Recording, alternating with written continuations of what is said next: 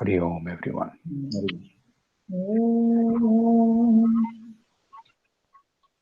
Antarjyotirbahirjyotihi pratyajyoti paratpara jyotireva jyotihi swayam jyotihi atma jyotihi shivosmyaham. Guru Brahma Guru Vishnu Guru Devo Maheshwara Guru Sakshat Parabrahma Tasmai Shri Gurave Namaha.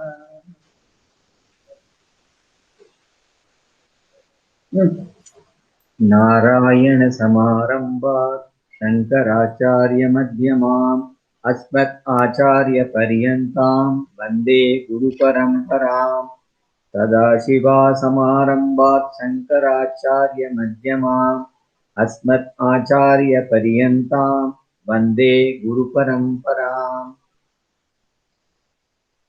Thank you.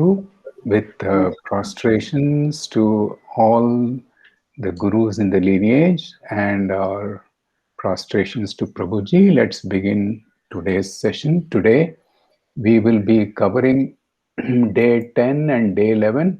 I have a feeling as I was going through that both of these day 10 and day 11 talks are very, very involved. So if it takes, let's focus on the right understanding. I hope all of us have gone through both the talks. I think we have day 10 from sharing by Ganeshanji and Sajniji. No. Day 10 is Kanaka and myself. Okay. And day 11 is from Ganeshanji and Sajniji. Okay. So we will begin. What I would suggest is that we will begin with day 10. And because both the talks are involved, if the discussion on understanding the principles takes some time, we can push the day 11 talk discussion to the next time. But if we have enough time, we will complete both. Like we said, by 7:30, we will close the discussion and have some time for Nididhyasa, half an hour time for Nididhyasa. So if discussion takes beyond 7:30, let us try to push the day 11 talk for the next time. Is that okay? Yeah, that's fine. Okay. Yeah, the main purpose is to get the understanding of the principles quite deep-rooted. Okay, Kanaka, so you can please proceed with day 10. Okay. So in day 10, Prabhuji is giving us an understanding about the different types of knowledge and then Jagat.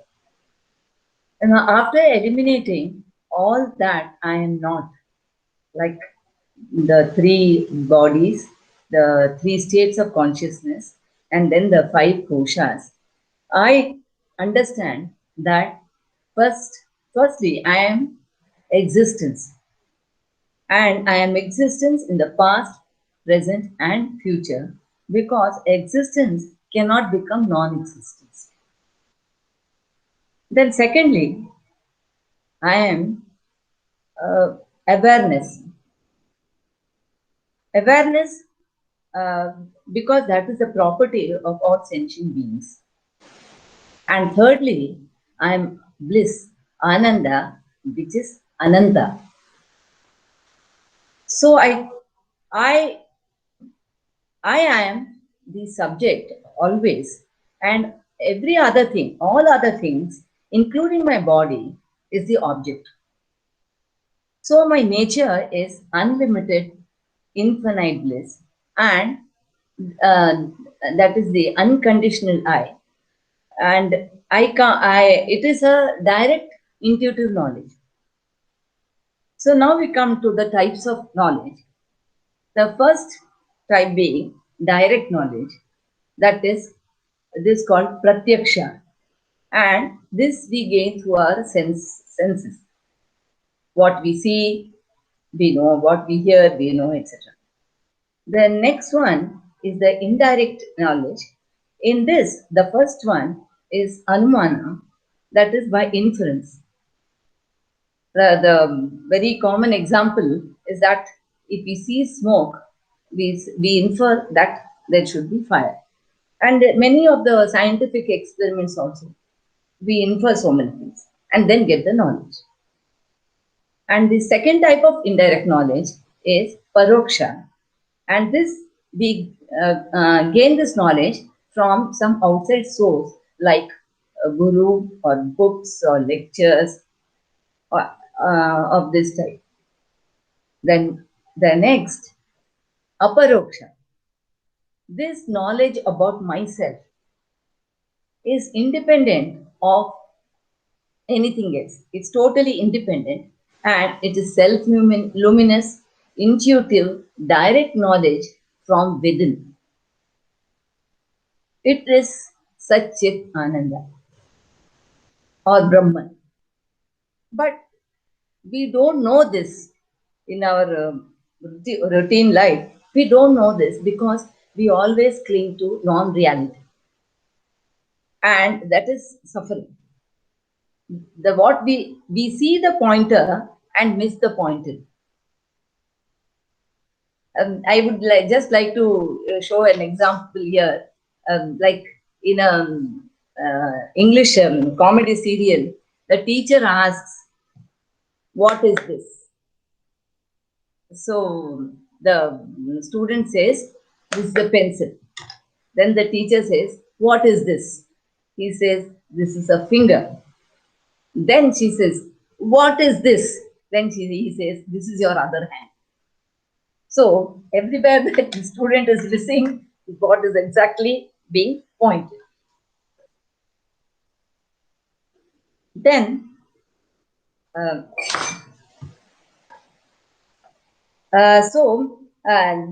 unlike other knowledge, the self-knowledge is non-verbal. And the knowledge about my existence is independent of my senses and information. Like the example in a dark room, when you are in a dark room, you may not know where the objects are, etc. But about yourself, your existence in the dark room, you have no doubt about it. And there's no proof required for it. Then in the talk, Prabhuji talks about the continuity in the unchanging I. That is I.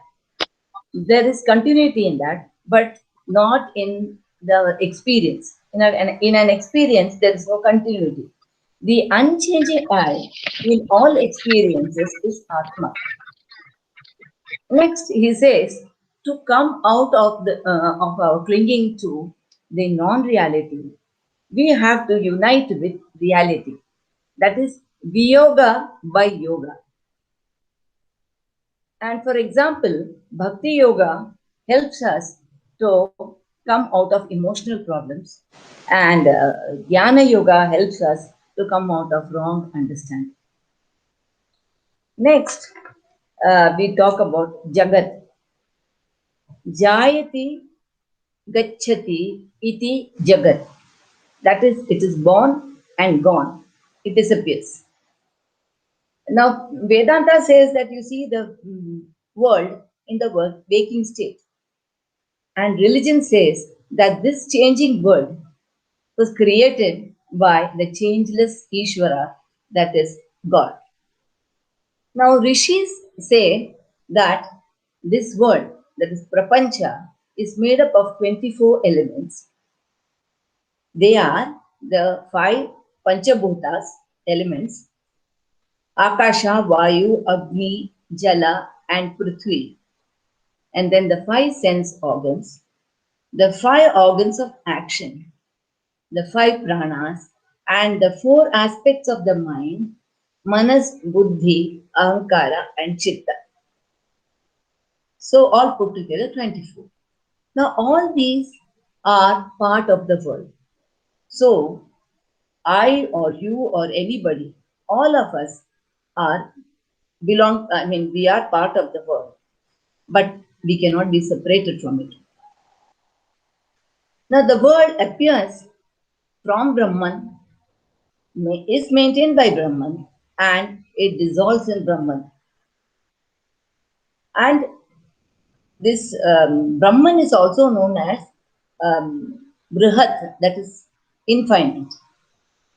The connecting factor between Brahman and the world is Maya.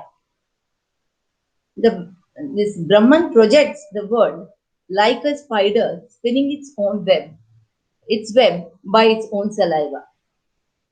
Brahman is both here the Nimitta Karana, that is the intelligent cause, and the Upadana Karana, that is the material cause.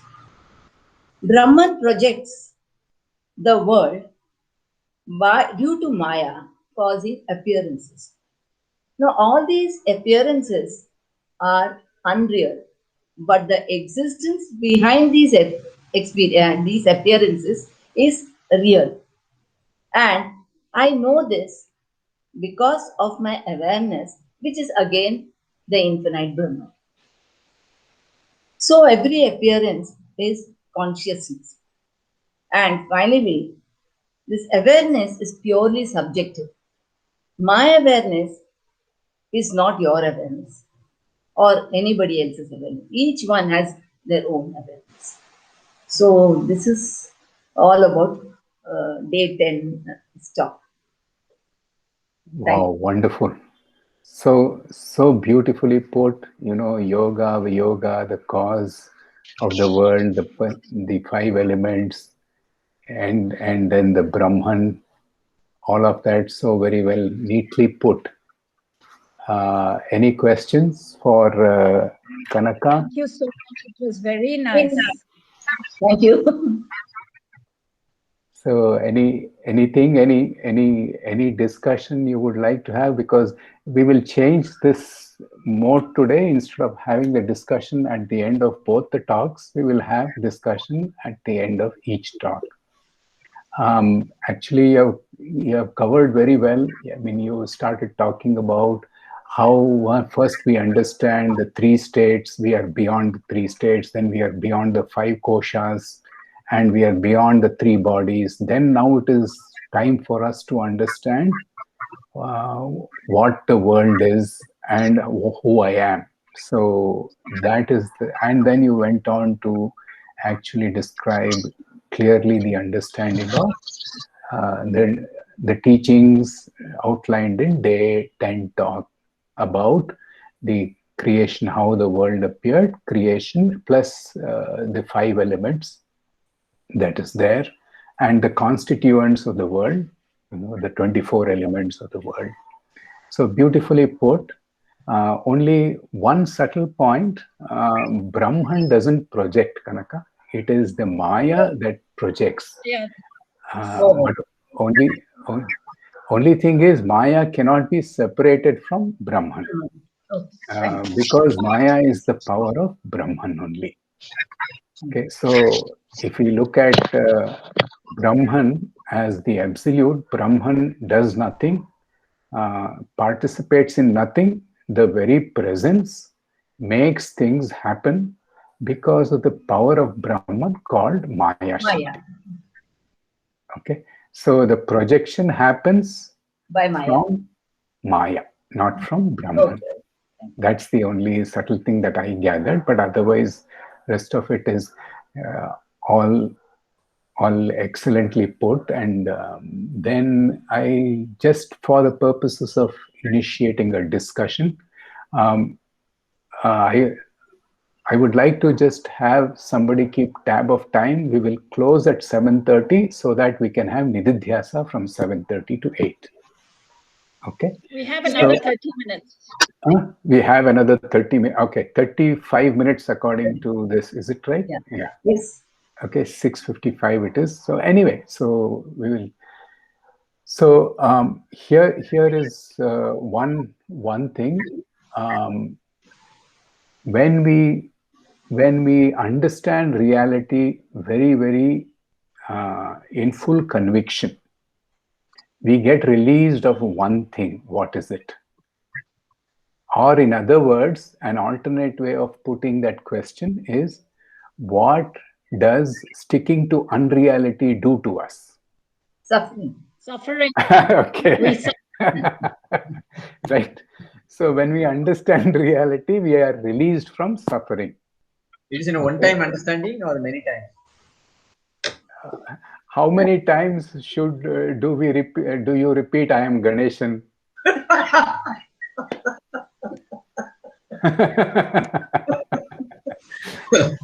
Okay. It is one time, but it must be as deep as I am Vasu. I don't have to repeat. Or I am Kanaka, or I am Sajni. No doubt must be there. Do we have doubt that I am Ganeshan, I am Kanaka, I am Sajni? No, because inherently I know I am that. Just as I know I am the body, if I know with that level of conviction I am Brahman, then no need to repeat. That understanding is final. That understanding is final, but now and then vasanas keep cropping up. That has to be addressed through a set of practices that Kanaka mentioned, Karma Yoga, Bhakti Yoga, Jnana Yoga. What is the purpose? Viyoga? The purpose of yoga is Viyoga, to separate our attachment from the wrong, from the unreality. She mentioned it. Did you follow or did you miss it? Yeah, I understand. Very, very nice point that was. Okay. By the way, you also please ask questions. This is all for the purposes of discussion. Okay. I'm also asking questions from the notes I have made from Day 10 talk. I'm not asking it from anywhere outside. Okay. Now, there is Ananda is often translated as bliss. But from Advaita or Atma Vichara perspective, what is Ananda? Ananta. Correct. Why? How does it come? Where does the attribute or quality of Ananda come? Sat, Chit, Ananda. Okay. Brahman has Sat, Chit, and Ananda. They are not three separate. They cannot be separated. They are all together. There is another statement made in Vedanta that talks about the quality of Brahman. What is that? Infinite. What does Vedanta say about infinite nature of Brahman? The question is, how is Ananta equal to Ananda? Ananta is... Because it is untouched, it means nothing can change it. There is one statement that we can refer to in Vedanta. Just like Sat Chit Ananda, there is a very well-known statement about Brahman itself that Brahmananda. Is it Brahmananda? about infinity. Achha. Ananta. What is it?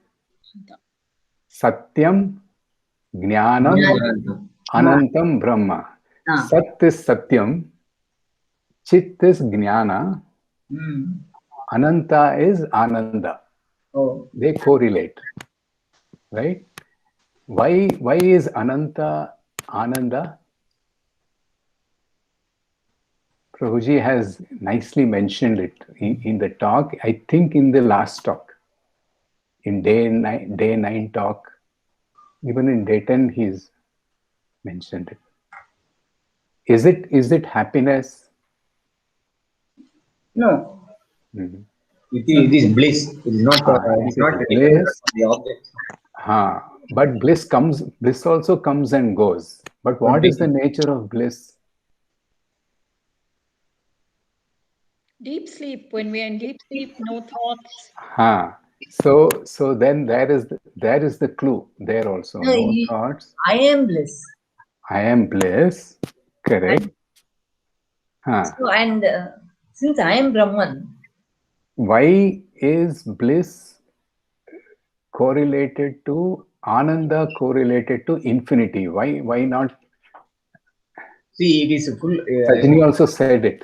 No, sir. He indicated it. No. For that, he clarified it that day.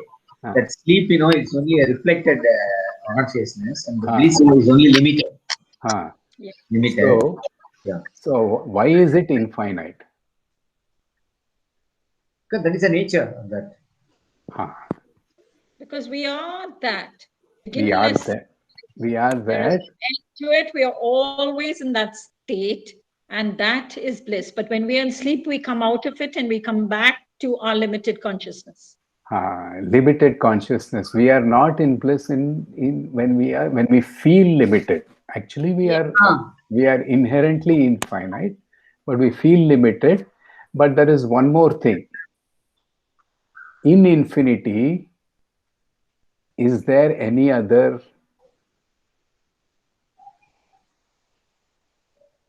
Suppose there is infinity. I'm infinite. Can infinity recognize something finite? No. Because then if it recognizes something, it is not infinite. Right? So when only Brahman exists, it means it is infinite, nothing else. It's the only state of non-duality.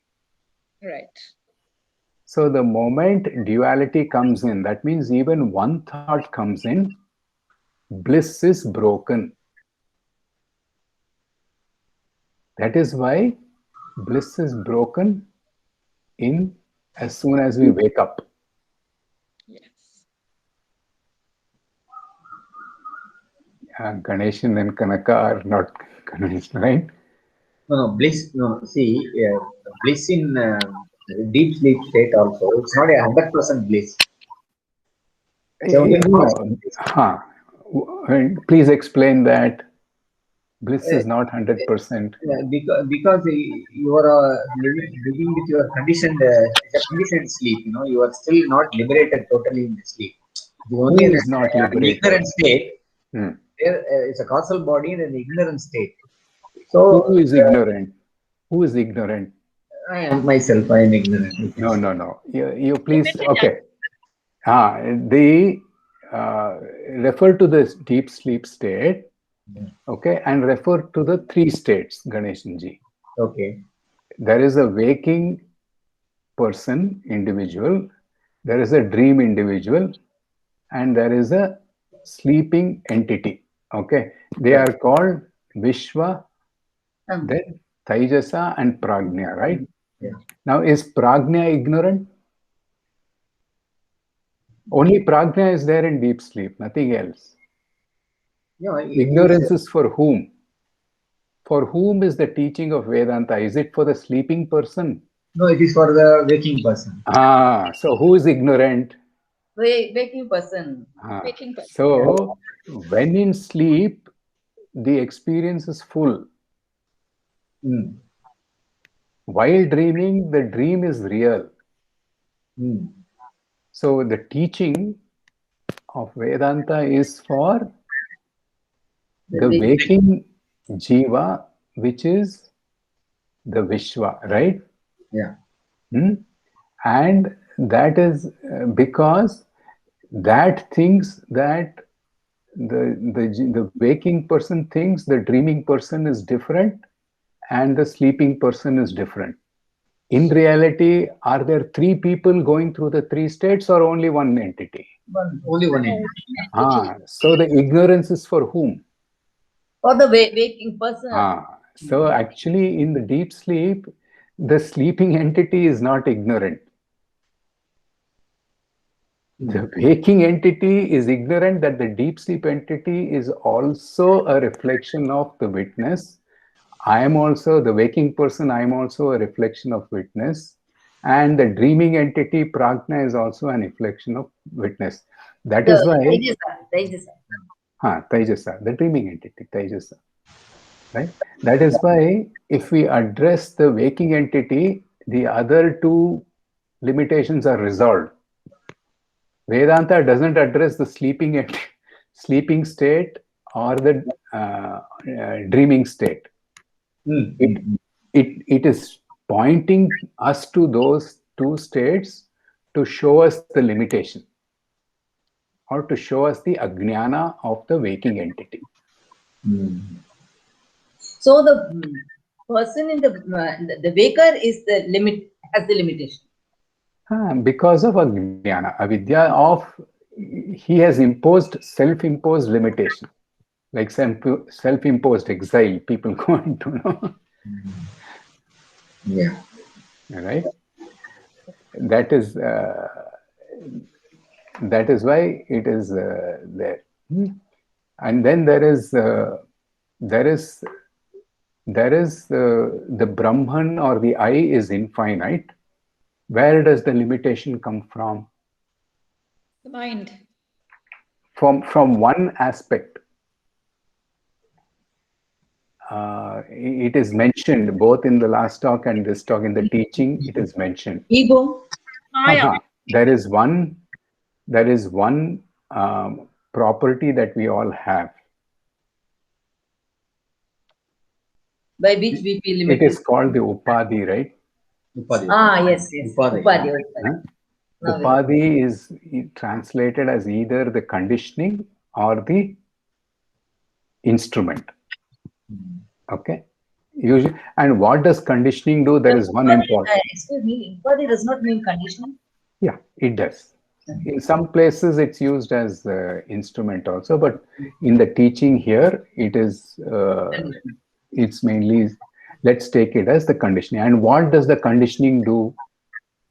Why do we get a feeling of limitation?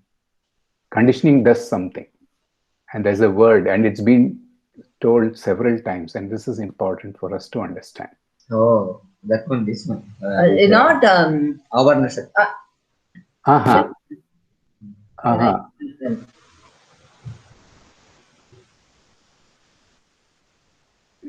See, okay, there is an example given. Water remains water. You add sugar to it, it becomes sweet. You add salt to it, it becomes salt water. Sometimes, dirt, it becomes dirty water, as in the drain. Okay, but water in itself is pure. So Brahman is pure. To that we are superimposing salt. Okay, to that we are superimposing sweetness. The wrong understanding that I am the body, I am. So what happens? Superimposition happens with the conditioning. That means to that which is constant, I am superimposing a change, a variation. And then what is the result? A belief that I am changing. I have forgotten that I am the changeless. And then I tend to believe very strongly that I am changing. Changing is because of what? That belief that I am changing is only because of superimposition. Nothing has happened to I. Isn't it? I remains infinite, I remains Satya, I remains Chit, I remains Ananta, Ananda, but I superimpose body, mind, intellect, and because these variations happen to the superimposition, I think I am also varying, I am also changing. Okay. So the one of the primary effect of conditioning is to superimpose change on the unchanging. I think we are always obsessed with the superimposition part of it. That's the point. Because that appears to the sense organs, appeals to the sense organs easily. So BMI on the change the side. In principle, we are just taking that which changes and sticking it to the change, and saying and we get a feeling that the changeless is also moving. There is one famous example that Prabhuji has given that Sajni mentioned in the first two talks. The next train is moving, I get a feeling my train is moving, but my train is still. Station. Huh? Yeah. So the feeling that I am changing is only a feeling. It's not real. Isn't it? True. And that is happening because of superimposition of the change upon the changeless. It's like superimposing the movie on the screen. Screen. Okay, that is one part. We accept the changes to realize that we are not changing. Correct. We are the no. We have to we have to recognize that there is a superimposition on the changeless. Right, like the rope and the snake example. Rope and the snake. Yeah, even I was there. Yes. I think it is at all levels: physical, mental, intellectual, everything. Correct. Correct. Okay. Yeah. So there is one other thing that Kanaka also mentioned about the three types of knowledge: Pratyaksha, Anumana, Paroksha, and the fourth type, Aparoksha. Now, why do we not recognize ourselves? There's a teaching mentioned in day 10, the way of science and religion.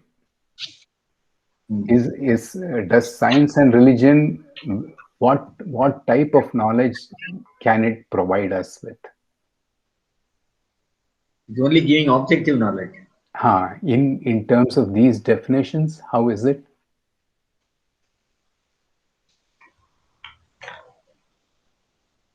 We can know something. Objective knowledge is right.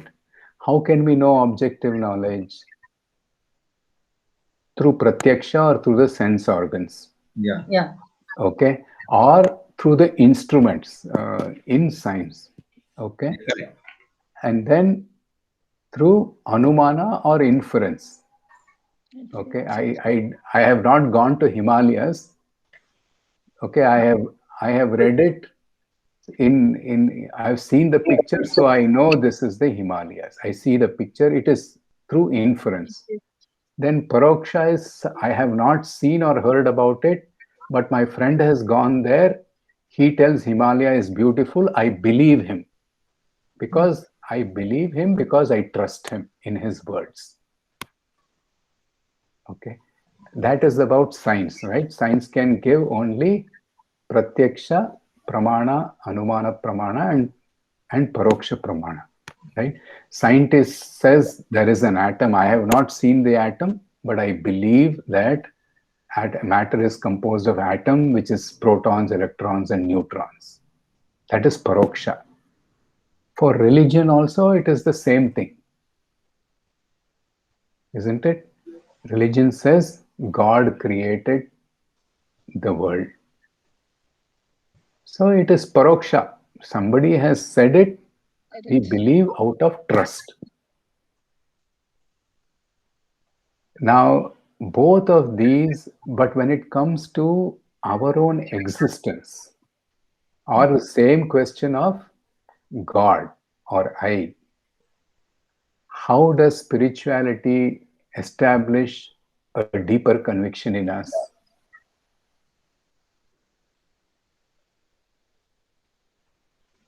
That is intuitive. No, there is no need to. No, it's not. Tell me, it is.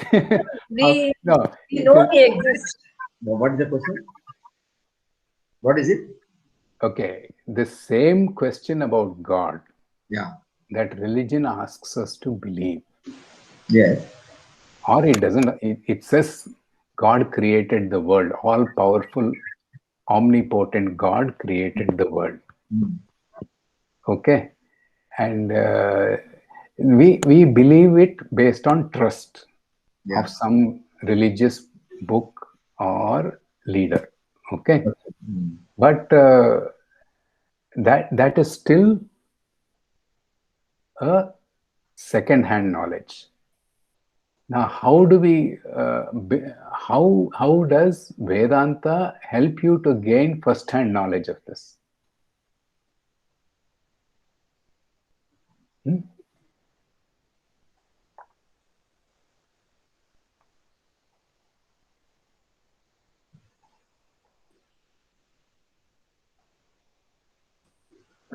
Is how to know you exist. And that is intuitive, no? You know. That's what I.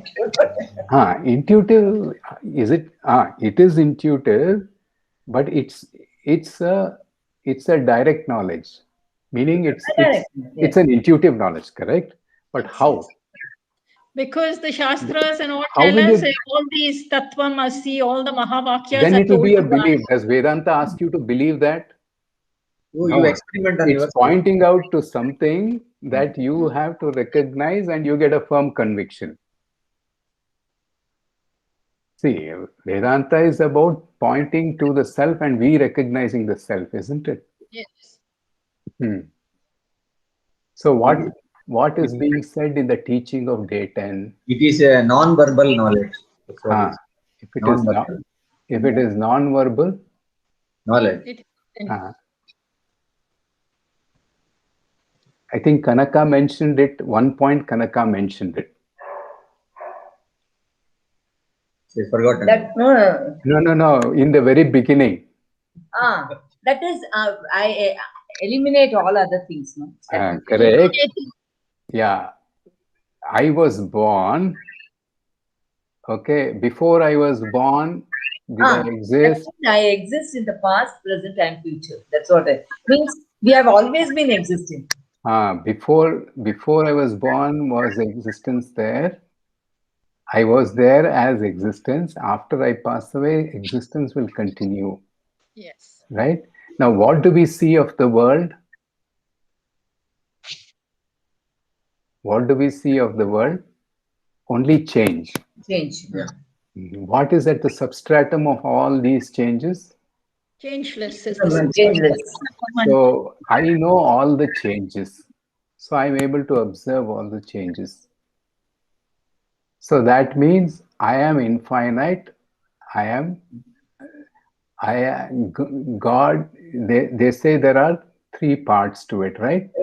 The universal God, which is Ishvara, the self, which is Atman or Jiva, Jagat, and then Brahman, which is the absolute. Yeah. Okay. So in a sense, the Jiva is made of the same material as Brahman, essentially, and then as the same, so is Ishvara made of the same material as Brahman. So Jiva is equal to Brahman, Ishvara is also Brahman. From the essential nature perspective only. Right? So from the realized. So that way I am also Brahman, I am God. Am I different from Ishvara? No. Why? Because Ishvara is also Brahman, Jiva is also Brahman. Ishvara is not affected by Maya. So the realized Jiva is also not affected by Maya. Realized. So if we have that understanding, clearly in essence we are all Brahman. We are all Brahman only at that level. We are all equal. Otherwise, as an individual, there is no way I can be equal to Ishvara. Okay, Ishvara is the universal God, the creator of the universe. Okay, he's all powerful, controls, but in essence, Ishvara, Jiva, Jagat, Ishvara, all are Brahman only. That in that sense we are equal. Okay, through that understanding, Vedanta, through pointing out to that understanding, Vedanta gives us an intuitive knowledge, because I don't need proof for that. I only need my own conviction of eliminating the ignorance. So that intuitive knowledge helps you to conduct your affairs, day-to-day affairs. Correct. But at the same time, the teaching is saying that we don't need proof. This is not an objective knowledge. It is not. It does not come by a proof that is got through direct knowledge by the perception. Because if you see the world, you will see it different. You will see it limited. Okay, that is direct knowledge. Inference, I see something I have not seen, but if I infer through the mind, it will still be limited. Okay, and somebody tells me this is God, it will still be limited, because if somebody shows me God or tells me that is God, it is limited. But when I realize it myself through the prakriya of the Vedanta, the methodology given of Atma Vichara, I realize the true nature of myself, the world, and Ishvara, God, to be the same. Same in what way? As Brahman. No different from Brahman. That is why it is a direct intuitive experience. It is not, it cannot come about by pratyaksha, anumana, or paroksha. But they also help to some extent, I believe. For objective knowledge, yes, but not for self-awareness. If you want to convert the self into an object, I want to understand the self, then it will be, you will start putting logic, you will start putting everything into it. Okay, then there is one important another thing about yoga and viyoga. If viyoga means getting released from what I am stuck with, yoga means union. Okay, so when I'm in union with the world, I'm stuck with the idea of the world. Viyoga is to release myself from what I am stuck with. I am stuck with the word or the logic. I'm stuck with all descriptions. Now, what is the viyoga that the king says, recommends to get me out of to the description or the word, over analysis? If I'm too analytical, if I'm too trying to describe what God is, okay, I'm stuck with the word or I'm stuck with logic. There is one viyoga that is recommended. You mentioned it, Kanaka. That is yoga. Viyoga. What is that viyoga? There are 3 viyogas that are recommended. Means karma yoga, telling the types of yoga? Yes. Karma yoga, jnana yoga. So if I'm stuck with a description or logic, how can I get out of it? With what yoga? Jnana yoga. No. Description. Karma yoga. Why? I'm sitting and talking, analyzing. I'm not acting at all. Will there be any wisdom and experience? No. So what is the action? I have to get into action. Okay. So if I'm stuck with the word, okay, if I'm glued to the word, if I put a lot of Fevicol to description or logic, then for such a person, recommendation is to get him released from what he's stuck with, the words or deep lot of analysis. Then if I'm so stuck with emotions, what does the teaching recommend? Bhakti yoga. That means instead of getting stuck to emotions, release from my emotional content and look at the divine. Love for the divine. So that the love for the divine will remove attachment to the emotions. Then if I am too stuck with wrong understanding, I am the body, I am the intellect, Jnana yoga. Jnana Yoga. Oh, correct understanding. It has to be the right understanding. I am not the body, I am not the intellect, I am Satchit Ananda. That is the three things. Then what I have noted as another question is, okay, Jagat is there. Okay, Jagat Jayati Gacchati iti Jagat. Okay, so Ja is born, that which is born appears, and Gacchati is that which is gone, going. That which is come and goes, right? Now, what appears and disappears? In our experience, the world appears and disappears. How? Through our experiences. How? In our experience, the world appears and disappears. Science, astronomy is saying the world was born several billions of years back through one of the popular theories, Big Bang. Okay, and they say the life of the universe is several billions of years, and after its life, it will come to an end. Okay, so that is what science says, and our thing is, it is an inference. It is a paroksha for us. It's not an inference for us. That means it is only a belief based on trust. Scientists, astronomers are saying that we believe it.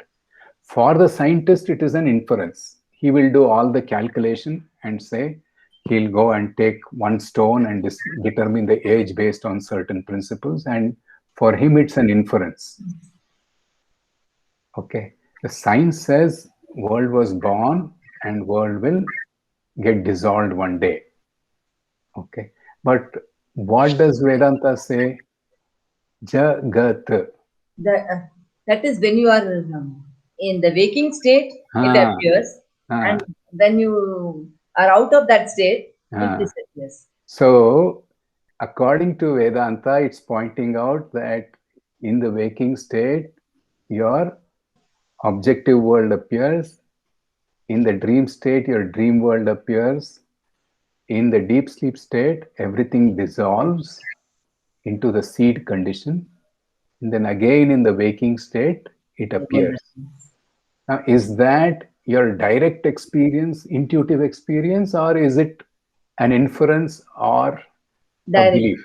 Direct. So which one will you believe? Your own experience or a belief from what somebody has said? Our own experience. So Vedanta is not asking us to believe. It's pointing us to what we experience every day. So scientists say world is changing. It came up with a big blast, and then the world was born. Then minerals were born. Then plants were born. Vegetation was born. Then insects were born. Then all the single-celled animals were born. Then animals were born, and then vertebrates, and then man. So this is a belief of what the scientists say, because we have not verified. For the scientists, it is an inference, because for them also it is not direct knowledge. They have not seen when the world was born, because they have put the theory in 1900s. If they say the world was born billions of years back, who was there billions of years back? Who today was there billions of years back? So it's not a direct knowledge. It's an inferred knowledge for the scientists.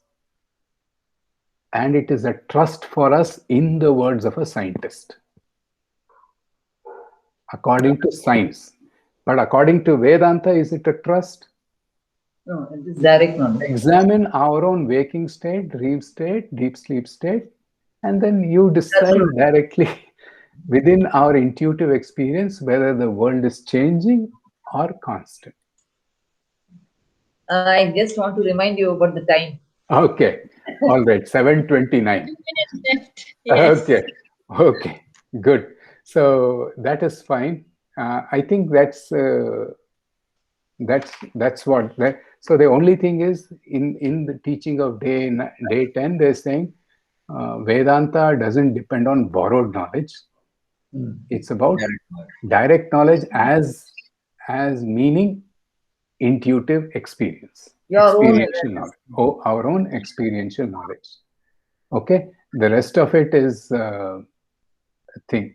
Only one thing I'll say, and Kanaka did mention, in the case of objects, there are two causes: material cause and intelligent cause.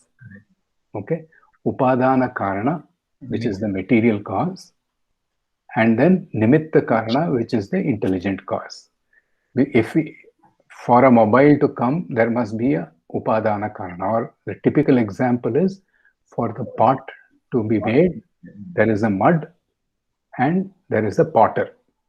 Whereas in the case of the world, in the case of Brahman, there are no two causes.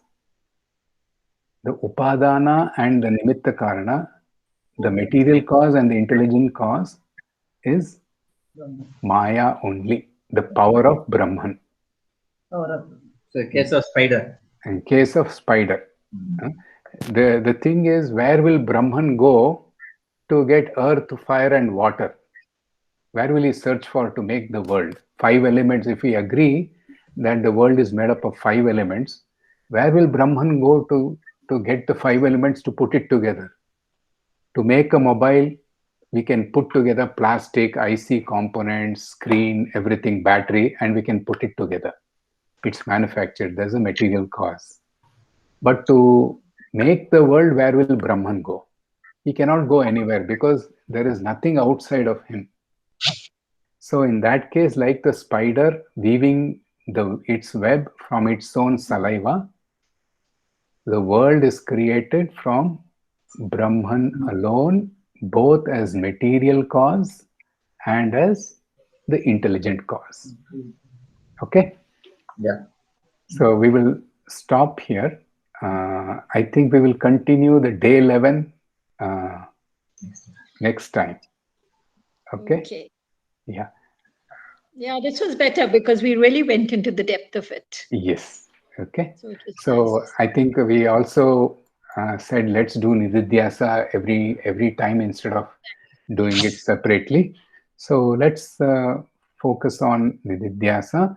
In the meanwhile, we'll close the recording. Before that, let us chant the closing prayers, and then we'll close the recording, and then we will continue with Nididhyasa. Sajni, can you please chant Asatoma? Yes. Asatoma Satkamaya Tamasoma Jyotirgamaya Mrityurma Amratam Gamaya. Om Shanti Shanti Shanti.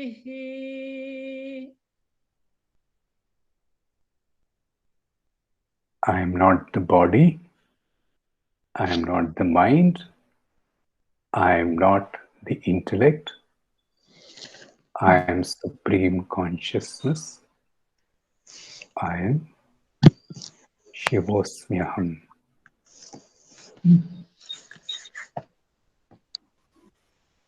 Lokaha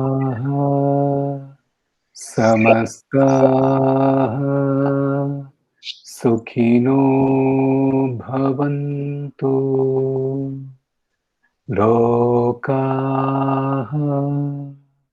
samastaha sukhino bhavantu. Lokaha samastaha sukhino bhavantu. Om Shanti Shanti Shanti.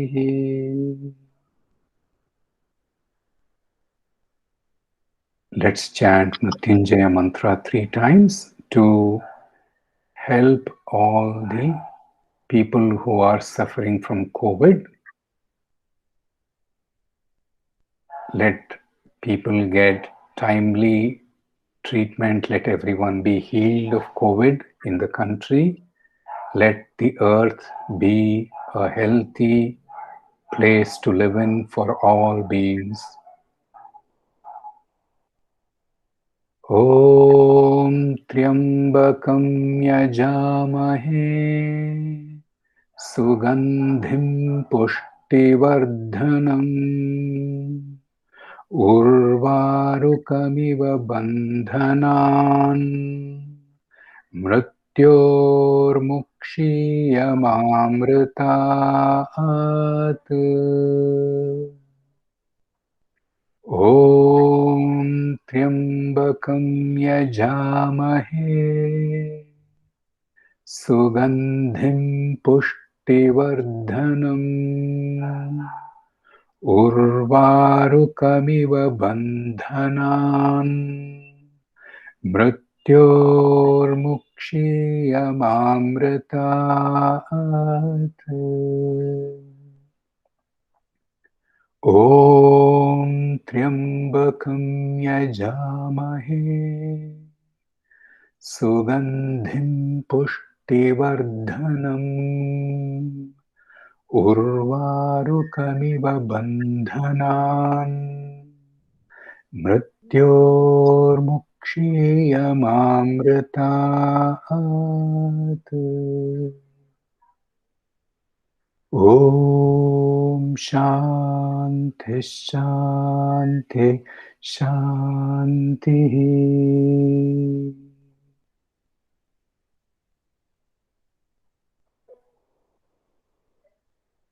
May there